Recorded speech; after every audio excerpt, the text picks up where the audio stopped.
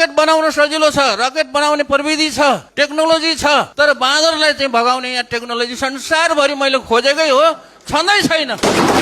आजको मेरो 3 मिनटमा दुईटा कुरा राख्न चाहन्छु र पहिलो कुरा त यो ट्याक्सीवालाहरूको कुरा राख्न चाहन्छु।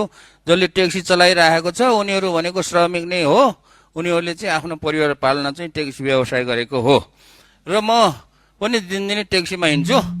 ट्याक्सीमा हिँड्दाखेरि मैले के थाहा पाएँ भनेदेखि अचानक अहिलेसम्म थाहा नभएको कुरा, एकदमै तपाईँहरूले पनि थाहा छैन होला, मैले के कुरा थाहा पाएँ भने एउटा ट्याक्सी चालक एउटा ट्याक्सी किन्नको लागि सरकारले 250 देखि 300% त्यो कर त लगाएकै छ।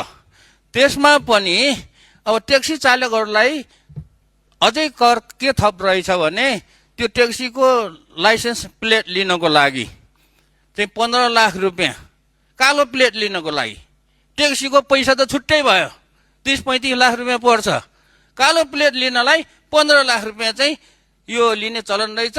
यो कुरा म ट्याक्सीको ड्राइभरसँग कुरा गर्दा गर्दै यो कुरा थाहा पाएपछि मैले यातायात विभागको डिजीसँग कुरा गरेँ। यो के हो कुरा मैले त बुझिनँ भनेर भन्दाखेरि उहाँले चाहिँ यसमा चाहिँ चलखेलको कुराहरू ल्याउनु भएको छ होइन, यसमा सिन्डिकेटको कुराहरू आएको छ। यहाँ चाहिँ प्रदेश सरकारको पनि हात भएको देखिन्छ र अब यातायात विभागको पनि होला।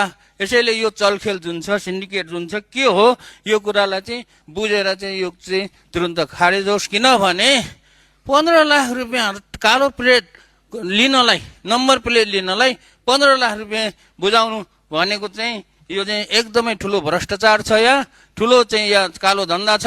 अहिले नेपालमा भएको लाखौँ ट्याक्सीहरूले 15 लाख रुपियाँ चाहिँ को दरले तिर्दाखेरि हिसाब गर्नुहोस्, अरबौँ रुपियाँको चाहिँ यहाँ चलखेल भएको छ। यो चाहिँ गर्नुहोस्। र अब 15 लाख रुपियाँ उठाउनको लागि दिनको 2000 रुपियाँको दरले पनि हिसाब गर्ने हो भनेदेखि त्यो ट्याक्सीले त्यो 15 लाख रुपियाँ उठाउन 25 महिना लाग्छ। अनि छोराछोरी कसरी पाल्छ, परिवार कसरी पाल्छ? यो चाहिँ एकदम गम्भीर विषय हो र यो कुरा चाहिँ एकदमै सबैको ध्यान आकर्षण जाओस् र तुरुन्तै यसमा कारबाही होस्। र अर्को कुरा बाँदर आतङ्कको कुरा यहाँ सबै सांसदजीहरूले उठाउनु भएको छ। यो बाँदर आतङ्कको कुरा अहिले तपाईँहरूले उठाउनु भएको छ।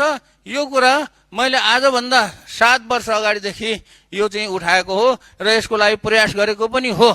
राष्ट्रिय आविष्कार केन्द्रले 50-60 लाख रुपियाँ बाँदर चाहिँ यो आतङ्कलाई कम गर्नको लागि केही उपायहरू अनुसन्धान गर्नको लागि, नवप्रवर्तन गर्नको लागि त्यो प्रयास गरेको पनि हो। मैले हरेक गाउँपालिकाहरूलाई 1-1 लाख रुपियाँ उठाउनुहोस्, 100वटाले उठाउनु भयो भनेदेखि 1-1 लाख रुपियाँ उठाउनु भयो भनेदेखि 1 करोड रुपियाँ हुन्छ। त्यति पैसाले त पुग्दैन होला, तरै पनि यसमा अनुसन्धान गरेर बाँदरलाई कसरी चाहिँ बाँदरबाट आतङ्कबाट चाहिँ कम गर्ने भन्ने कुरा गर्नुको लागि अनुसन्धान गर्नै पर्छ।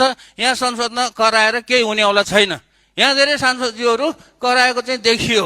बाँदरलाई कसरी, बरु रकेट बनाउन सजिलो छ, रकेट बनाउने प्रविधि छ, टेक्नोलोजी छ, तर बाँदरलाई चाहिँ भगाउने यहाँ टेक्नोलोजी संसारभरि मैले खोजेकै हो, छँदै छैन। त्यसैले यसको एउटै उपाय भनेको के हो भन्दाखेरि यसको लागि 2-4 करोड 5-7 करोड कति हुन्छ अनुसन्धान गर्नको लागि खर्च छुट्याउनु पर्छ अनि त्यो चाहिँ गर्नुपर्छ। मैले सुन्नमा के आएको छ भने अहिलेको सरकारले चाहिँ एउटा टिम गठन गर्दैछ र त्यो टिममा मलाई पनि राख्नु भनेको छ। मैले त्यो टिम गठन गर्दैछ, बाँदर आतङ्क कसरी कम गर्ने भनेर अनुसन्धान गरेर उपायहरू पत्ता लगाउनको लागि त्यो चाहिँ टिम गठन गर्दैछ र त्यो चाहिँ होला, तर संसदमा कराएर मात्रै त्यो बाँदर आतङ्क चाहिँ हट्ने होला।